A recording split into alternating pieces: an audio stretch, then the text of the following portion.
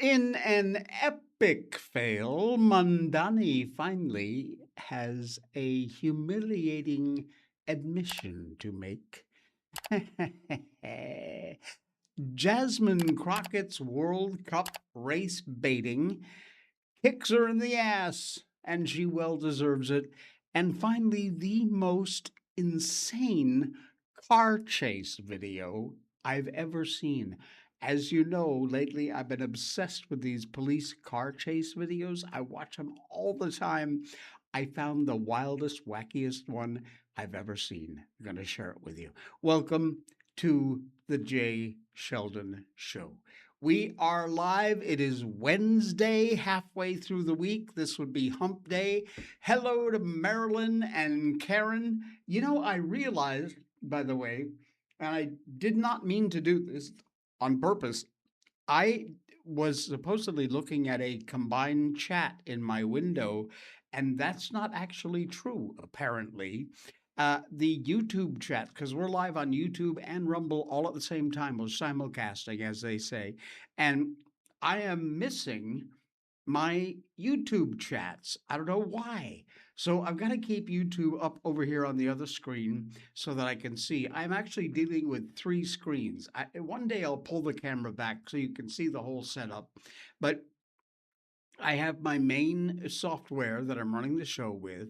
Over here, I've got all my broadcast and internet browser stuff.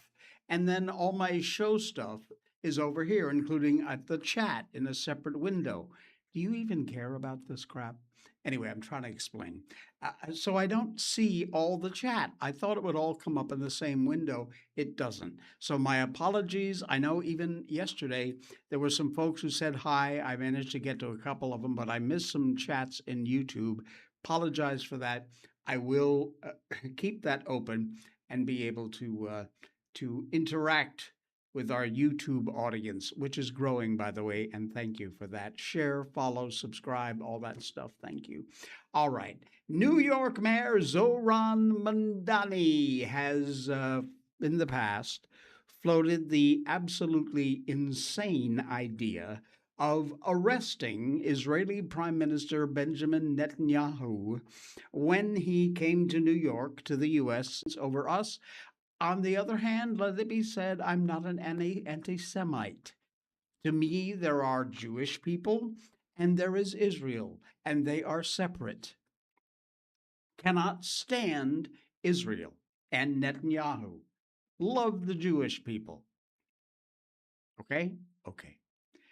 Little Theater Kid's performance for his anti-Israel base was smacked down with reality from the U.S. ambassador to the UN, Mike Waltz.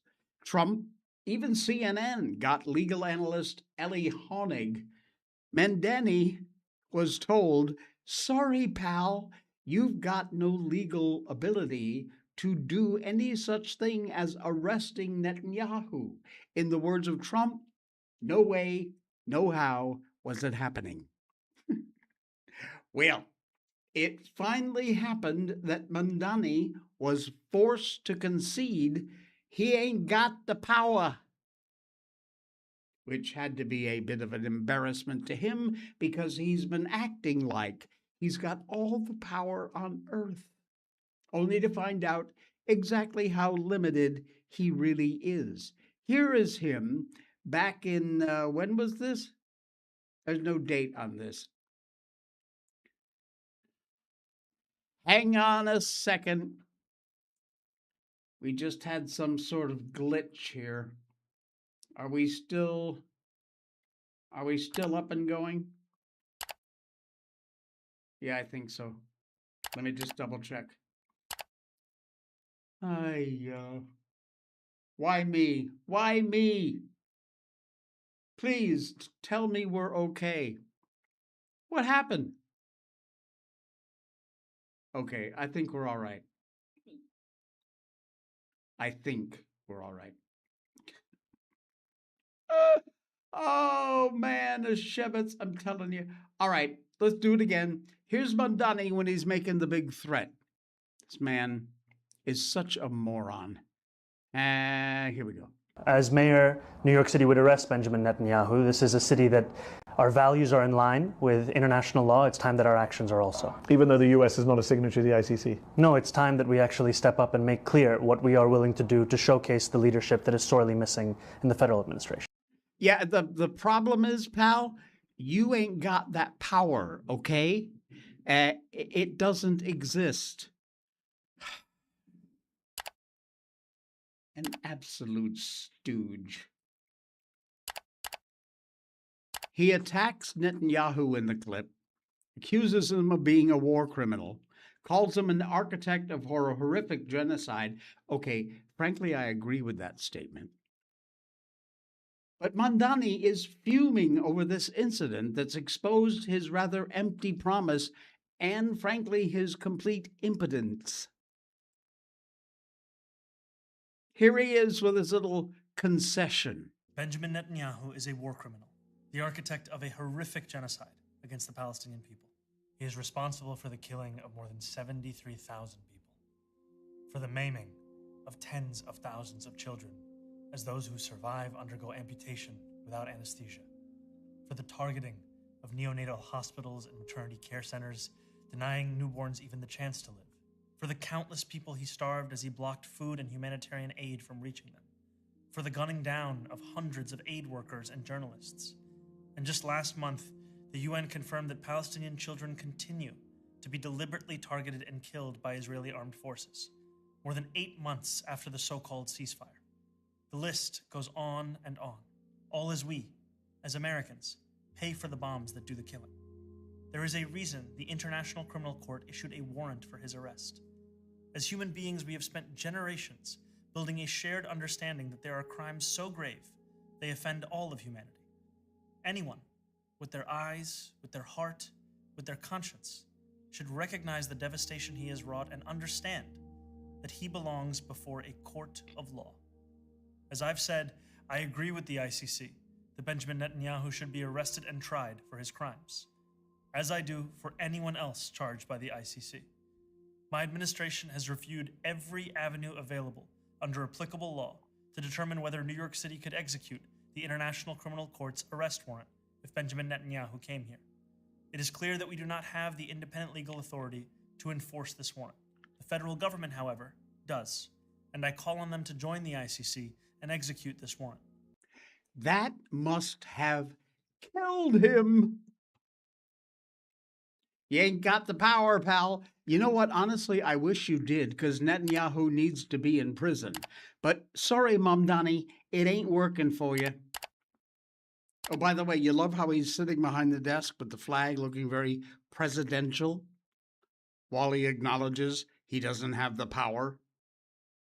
Yeah, we knew you didn't have the power, pal. Thanks for finally catching up with reality.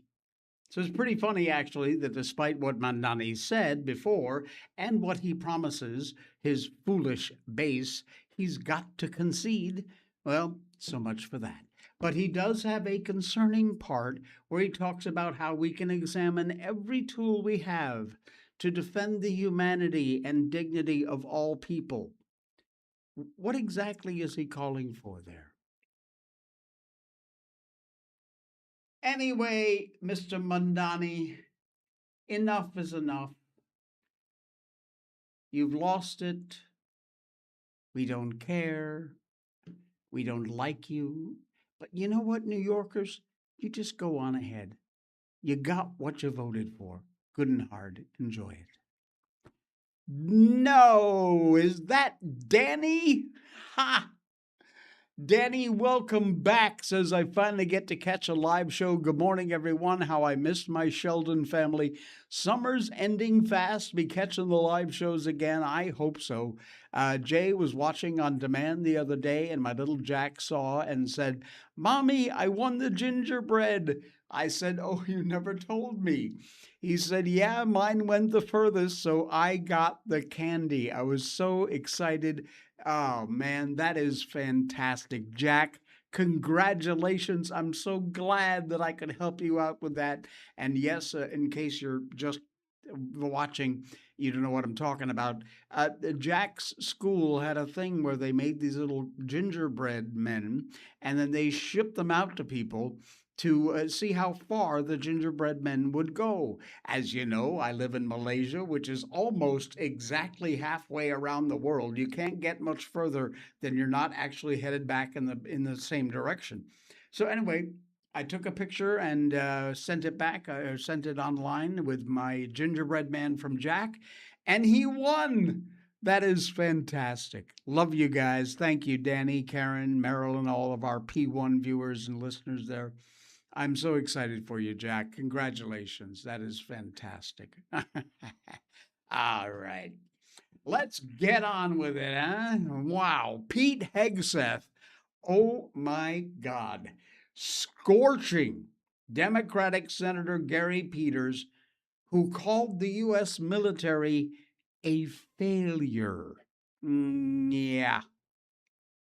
You want to stand up here and talk about the troops?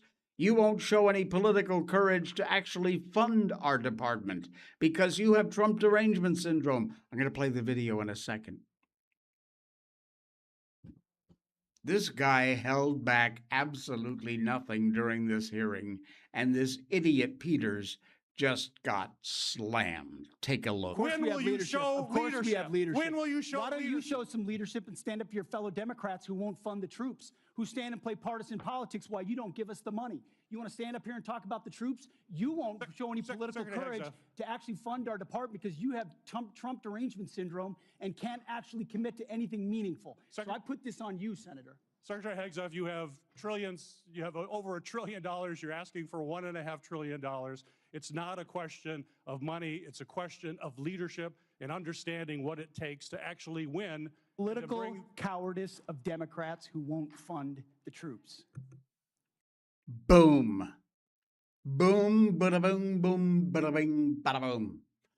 Oh man, I love this guy. We finally have a Secretary of War who does not put up with any bull crap from senators or any Congress people or anybody.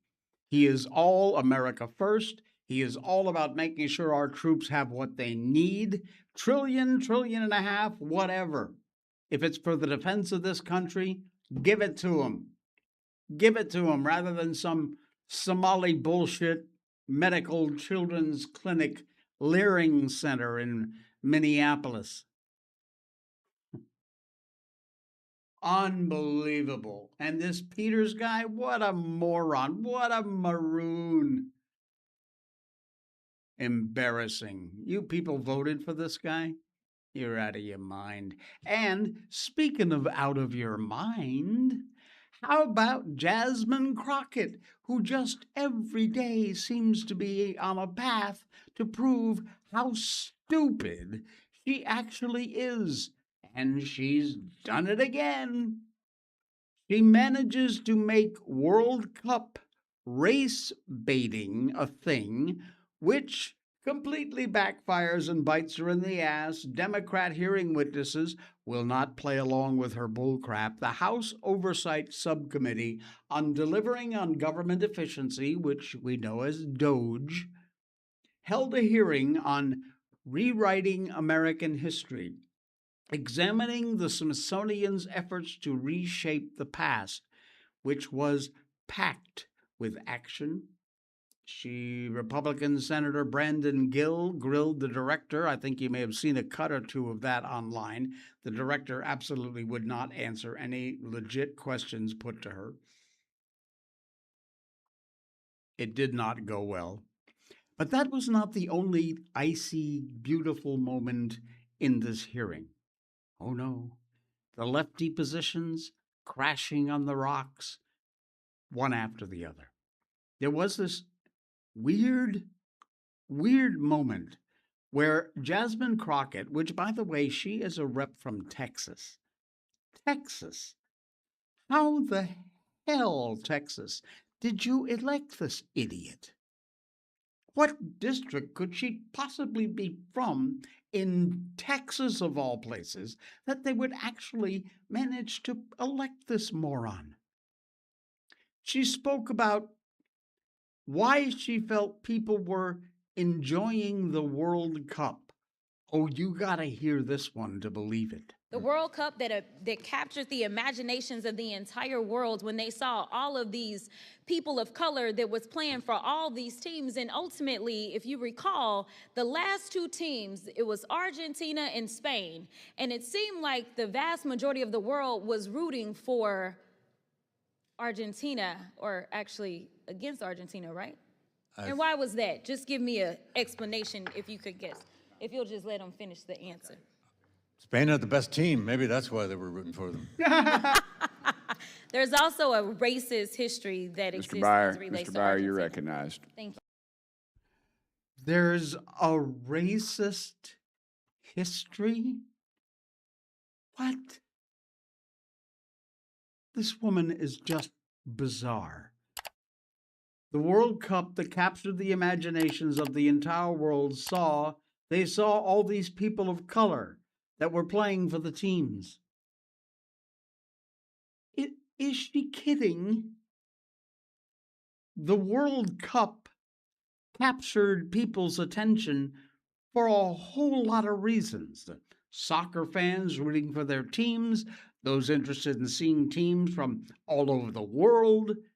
Perhaps most importantly, it captured Americans who enjoy watching how much the fans who were visiting us here in the U.S. from other countries were enjoying their visit to America.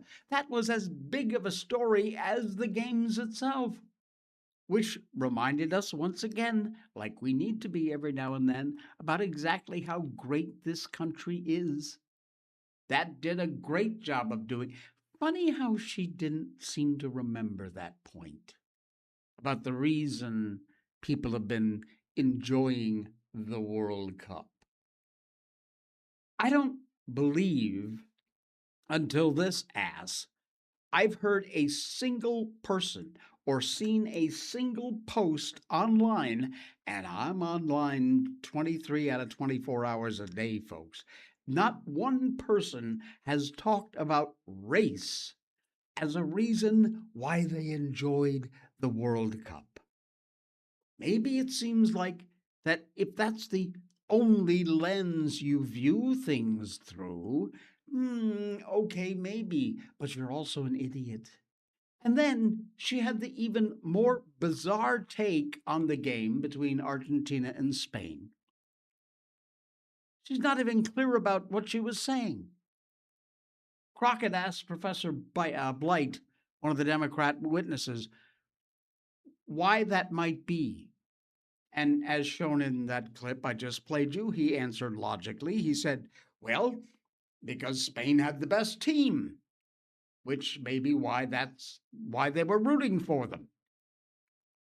He would not go wherever she was trying to push him to go. And Crockett said, oh, there's also a racist history. What is she even talking about here? Some thought she was saying it was racist in order to root for Argentina. Others thought she meant we were rooting against Argentina because she was saying they had a racist history, which she also managed to tick off a bunch of folks on X who thought she was from Argentina, apparently. Anyway, here's another shocker for you. I don't think anyone was rooting for either team because of their race. No, the World Cup was not about racism, Jasmine. It was about coming together in the spirit of sports. That's what it's all about. Sometimes that was tested, things like bad calls, but on the whole, an enormous success. Largely changed the perception that some in the U.S. had as a result of the liberal media portraying the country. Americans, in turn, got to see the fun side of a lot of guests.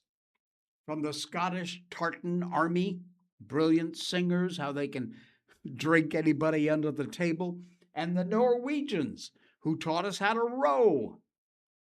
Crockett is unintentionally leaving us with more fun before in January she is bye-bye out of here.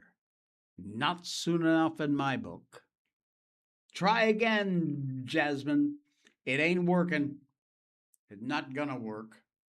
Sorry, just the way it goes. Got another piece of good news for you, and it is very good news, and that comes out of Arizona. Sheriff Mark Lamb, you remember him? You've probably seen it's a local thing. He's a local sheriff, but nevertheless, he's got an attitude and a campaign going on that is kicking ass and taking names. And this is fantastic. Love this guy. Sheriff Mark Lamb won the Arizona GOP primary to replace Andy Biggs in Congress. That is big news. Former Pinal County Sheriff Mark Lamb, endorsed by Trump, won Arizona's Republican primary for the state's 5th congressional district, which puts him in a position to compete this November with Rep. Andy Biggs, after the longtime conservative congressman launched a rather successful bid for the Republican gubernatorial nomination. According to Fox News, Lamb defeated the Republican field Tuesday, became the GOP nominee, and one of Arizona's most reliably Republican congressional districts.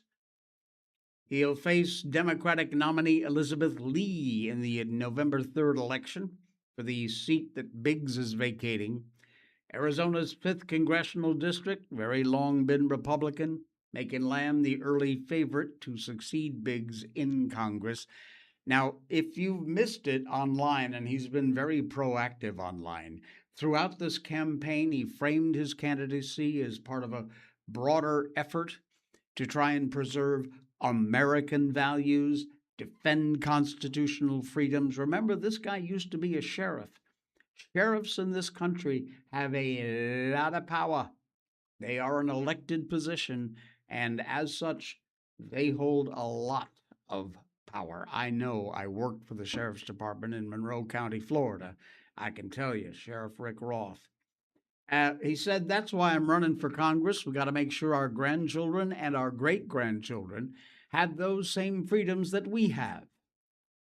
The seat opened up after Biggs announced his gubernatorial campaign, and he's won the Republican nod. Let us pray he gets it. It looks fairly good that this will happen because this district he's from has traditionally been very, very, very Republican. So let's hope that keeps up. Sheriff Mark Lamb. I know you probably don't live in Arizona, but support him anyway. All right. How about a little blackout coffee? I know it's morning where you are. It's nighttime where I am. Nevertheless, yes, I am still drinking Blackout coffee. It is an American company that does everything in-house. They source premium specialty grade green coffee beans. They're graded at 80 points or above on a 100-point scale. Specialty coffees grown at the right altitude, correct time of year, in the best soil, harvested at just the right time. They work with local co-ops and American farmers to grow the best beans on the planet. Blackout coffee beans are roasted, packed, and shipped within 24 to 48 hours. They only roast your beans after you place your order. And highest quality beans on the planet, proudly made right here in the USA. Get your order in. Use the link in our description, which is down below. Wait, why are we showing that? I don't want to show that. There we go. I want to show that.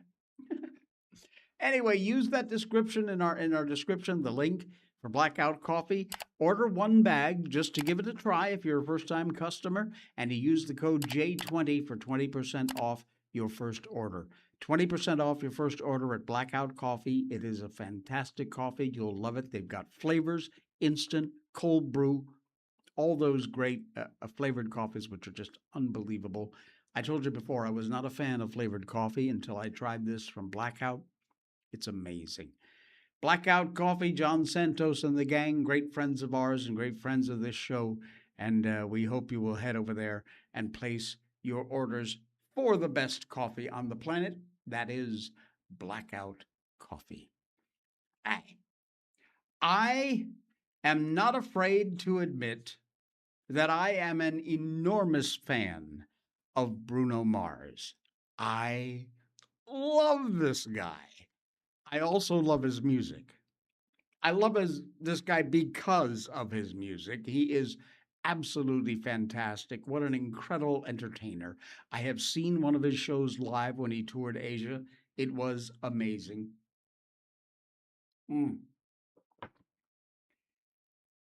I like him even more. I didn't think that was possible, but it is. Pop legend Bruno Mars opened his sold-out show with a prayer. A prayer. Yeah. It left thousands of fans absolutely speechless and stunned. And it's a shame to say it, but by doing so, Bruno actually kind of put his career on the line. Because, you got these wacko lefty morons who will do anything and pull on any thread to try and cause a problem for anybody who expresses any level of faith, whatever that might be. Well, Bruno Mars said, you know what? Screw you people. I'm going to open this show with a prayer. And that's exactly what he did. Watch. I thank you for giving me another day to do what I love. All that I ask is that you protect everyone in this audience, protect everyone on this stage. Give my band and I the power and strength to give this city a show they'll never forget. Amen.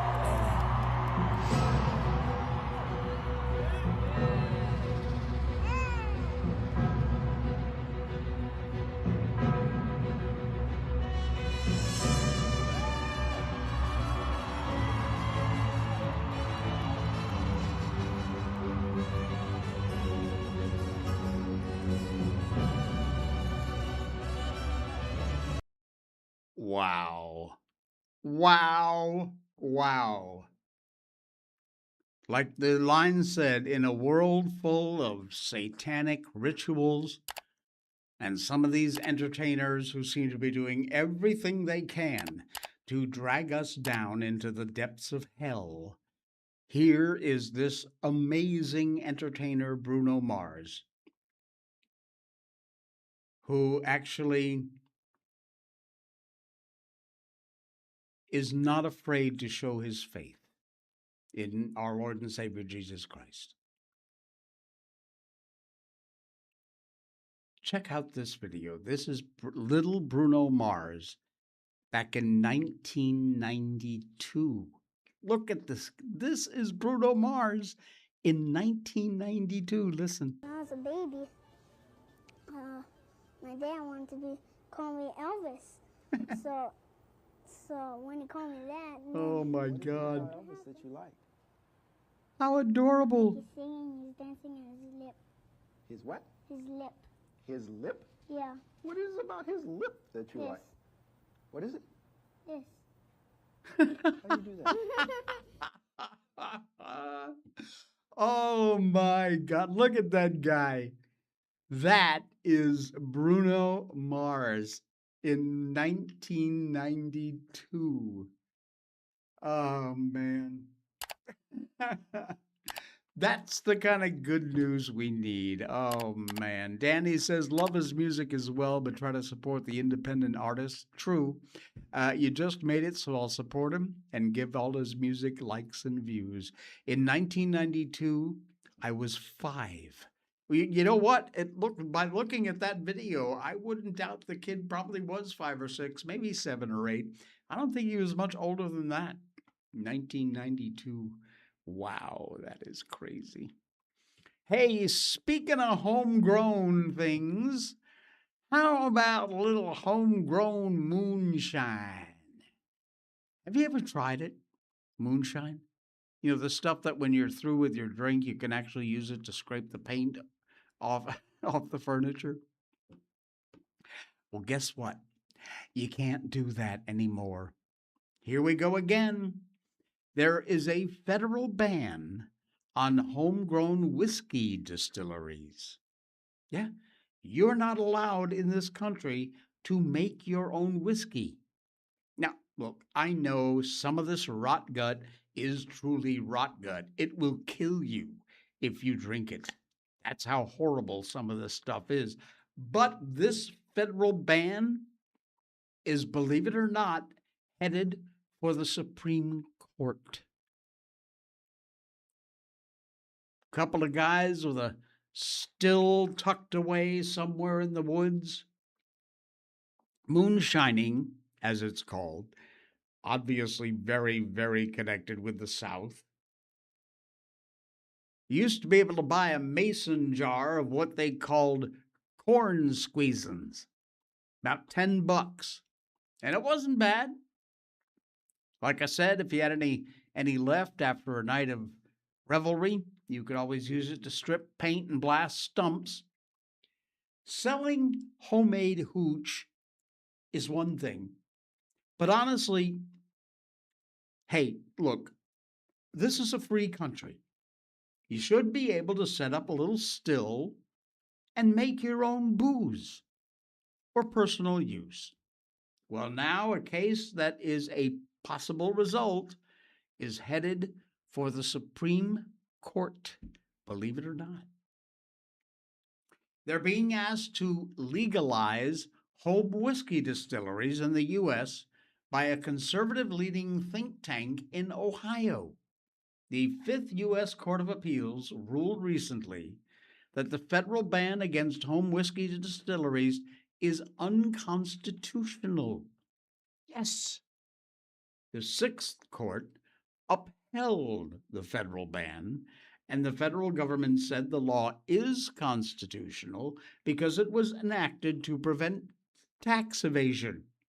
It would be easier for a distillery working out of their home to conceal the business and consequently avoid paying any taxes. Well, that last bit seems like a bit of a stupid argument, but nevertheless, certainly possible now for a person to do this, just as it would be if the home were used to legalize and now for wine or beer, which, if I'm not mistaken, you are allowed to make wine and beer. Apparently, it's just whiskey they don't like. You can point us in the spot in the Constitution where the government said they can regulate booze.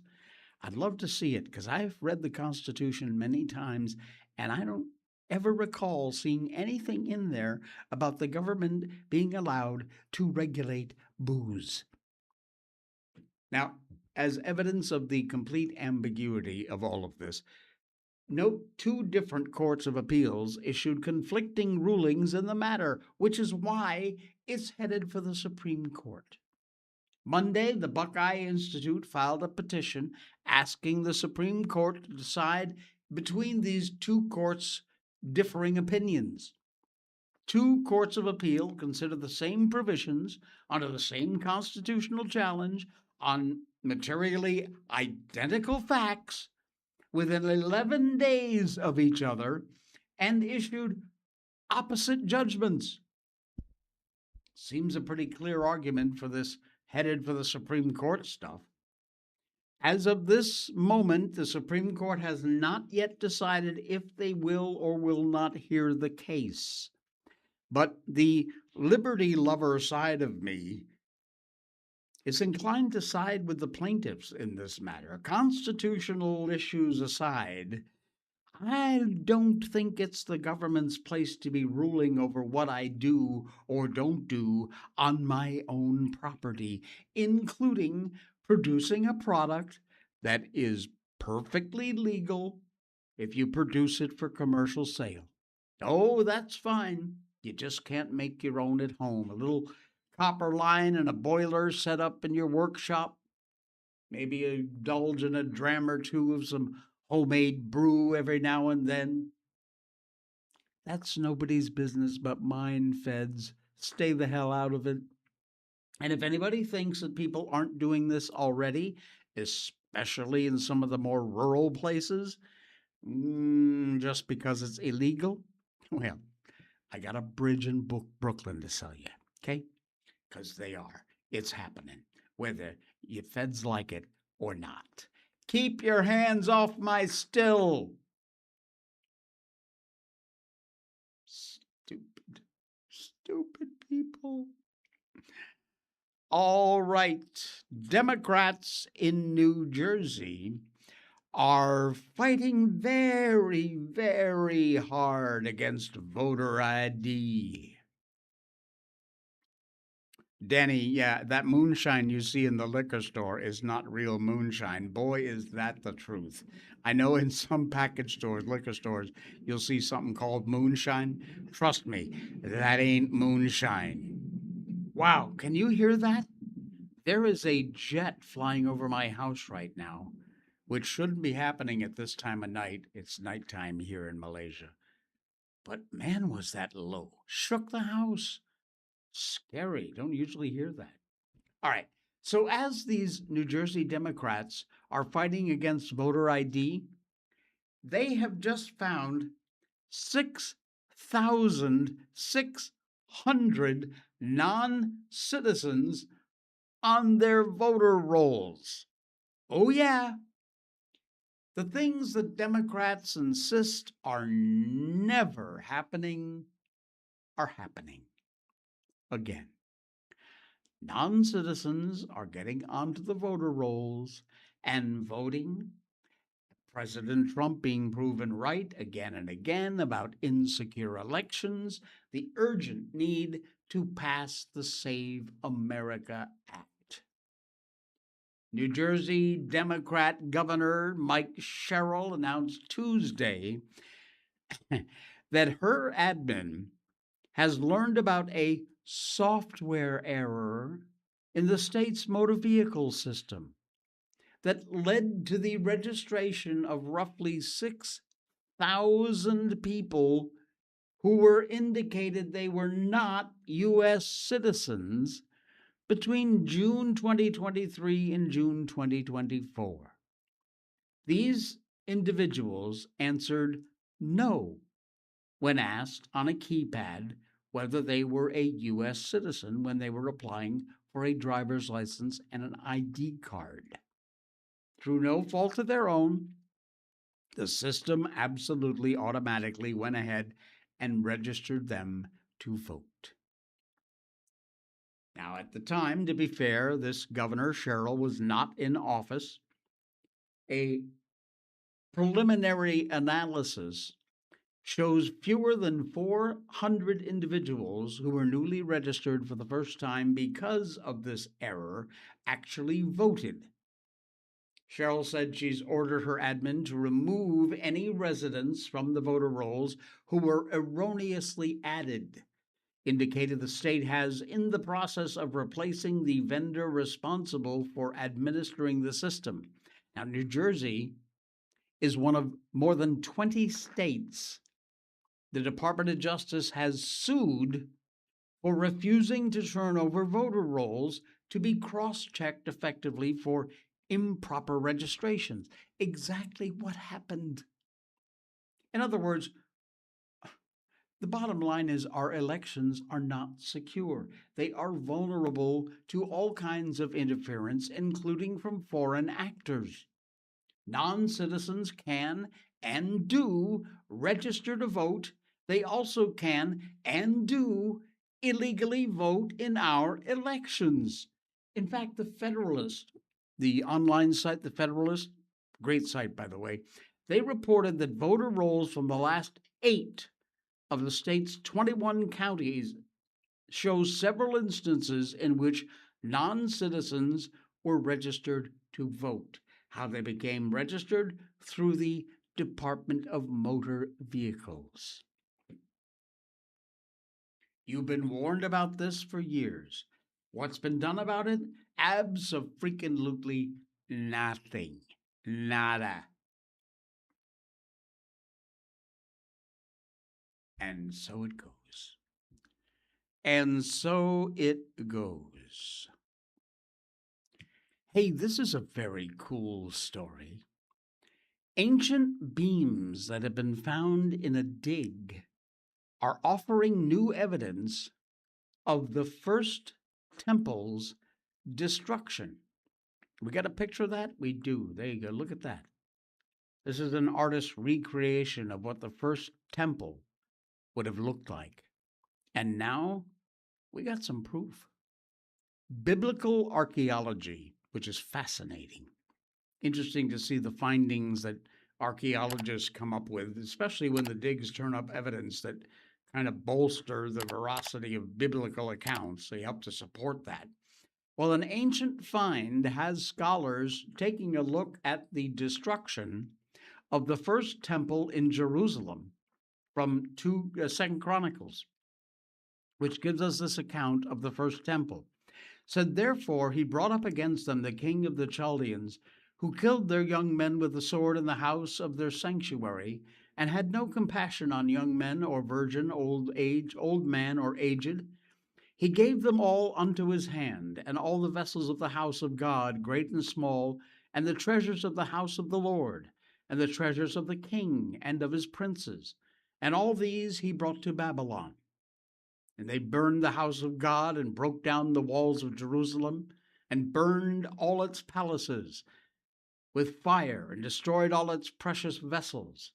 He took in exile in Babylon those who had escaped from the sword, and they became servants to him and to his sons until the establishment of the kingdom of Persia, to fulfill the word of the Lord by the mouth of Jeremiah, until the land had enjoyed its Sabbaths all the days that lay desolate. It kept Sabbath to fulfill 70 years. That's the Bible verse of 2 Chronicles. Well, charred beams that have been pulled from the earth in Jerusalem city, in the city of David, forcing archaeologists to kind of rewrite their timeline of the first temple's destruction, offering tangible physical evidence, some of the best evidence yet, that the catastrophe written about that I just read you in the Bible actually happened in unflinching detail. Excavators working the Javati parking lot dig, which is a joint project from the Israeli Antiquities Authority and Tel Aviv University inside the Jerusalem Walls National Park, uncovered massive wooden beams that were burned during the Nebuchadnezzar Babylonian army when they destroyed the first temple in 586 BCE. This is amazing. These beams once formed the roof of an inner courtyard in a first temple period building. When the structure collapsed in fire, the beams fell to the floor, and there they stayed for roughly 2,600 years, preserved by a rather unlikely means, melted plaster. The beams appear to have served as a roof for an inner courtyard in a building from the first temple period. During the destruction, they collapsed into the floor, and they believe the plaster cladding of the building's walls, which were melted by the fire, covered the charred wooden beams and ultimately preserved them. Absolute miracle. And yes, between carbon dating and all, they have put this right into the time of the first temple. That is amazing. How cool is that? All right, you ready? You ready? I told you before, I have a thing about these police chase videos. I don't know why. I'm just fascinated by them. They've got chopper shots and in-car dash cams and body cams, and it's amazing. But there's one that I just saw earlier today, which is probably one of the most insane things in all of these police chase videos I've watched that I've ever seen. This is from ABC 7 in LA and the LAPD, who are chasing a stolen vehicle subject. Now, very often these stolen vehicle people who are getting away or trying to get away from the cops, they will do anything. Crash through whatever it takes. Eventually, probably roll to a stop and jump out and start a foot chase. Well, not this guy. Watch. Southbound Long Beach now making another westbound turn here, finding another gas station. Might be the same one. He must be low on gas. Driver stepping out of the vehicle. Are you kidding me? And he's going to drop it right here. Banding. Oh, he's going to get gas.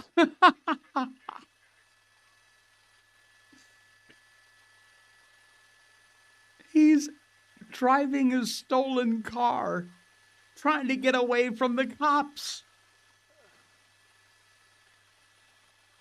And the guy on the Harley's just sitting there like, yeah, okay, whatever, dude. Nervously getting gas after feeling some degree of relief here, although you can tell he's still very animated. He's got his shirt covering his face, clearly aware of the helicopters, but pretty unaware of the fact that he's pretty much on his own down there. There's really nobody pursuing him anymore. All of the law enforcement has pulled off. LAPD has abandoned this pursuit. California Highway Patrol has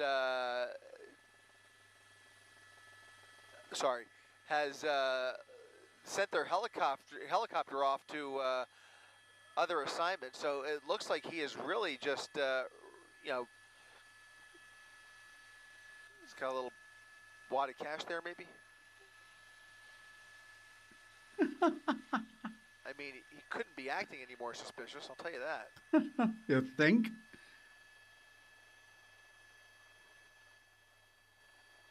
Apparently getting a full tank.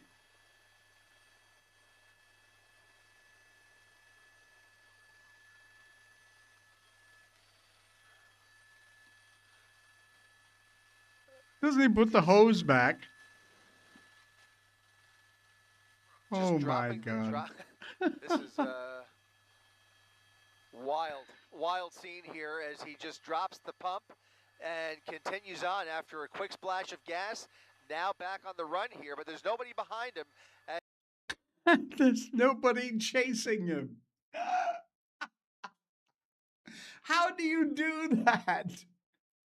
You're being chased by the LAPD and you stop for gas? Oh, man. It takes all kinds. But then again, if it weren't for all kinds, we wouldn't have a show. All right, we're done for a hump day. Thank you, folks. Please do like and subscribe and follow wherever you're watching us, YouTube or Rumble. And also, of course, in our description, you'll find all our great sponsors, Blackout Coffee, Patriot Mobile. They're all down there, BRICKHOUSE Nutrition. If you'd like to make a direct donation to the show, we encourage you to do that. It really does help. Every penny goes to help keep the show free, keep the lights on around here. That's our PayPal account. You can get that right in our description. And enjoy the rest of your Wednesday. We'll see you all again tomorrow.